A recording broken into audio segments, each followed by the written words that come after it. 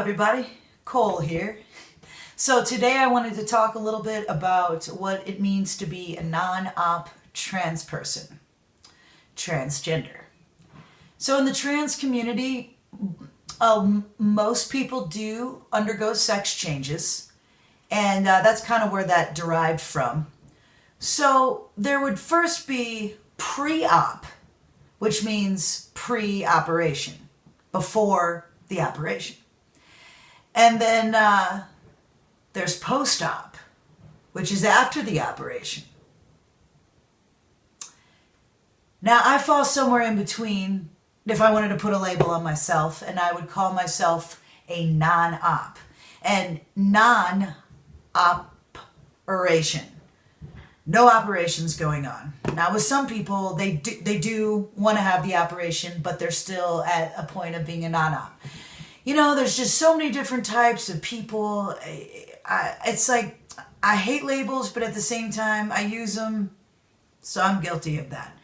But, yeah, so the non-op is a transgender person who's decided to either not undergo having a sex change, or perhaps they're waiting to have one, or maybe they just don't know what they want to do yet. That's the thing with being transgender. I just saw a video from a pretty famous transgender person who's out there in the mainstream media, who goes by the name of Jazz, a younger female who's been out for a while, and she's fantastic. And I was watching one of her videos, and one of the things I love that she said was that there's no right way to be transgender, just like there's no right way to be a human. I mean, I guess you could twist that around and say, you know, there's wrong things. There's no right way to be transgender. If you don't feel sex change is right for you, then don't do it. I didn't feel it was right for me. I posted a little bit on one of my pictures, but a big reason I didn't want to do it was the spiritual side of me. It didn't feel right for me to undergo all of that change, and I am a professional singer, and I'd been singing most of my life, and I knew that if I took testosterone, I did take the risk of changing my singing voice. Although it was bizarre to keep a singing voice that was female, feeling like a male, it just felt in my gut like the right thing to do. And that was 13 years ago. I don't have any regrets, but it was not the easiest road, to say the least. Honestly, I had a very serious drinking problem during about 10 years of all this, but that's a whole nother video. I'm bringing that up though, and I will openly talk about that, because I have 6 years sober, and drinking was something that pretty much destroyed me.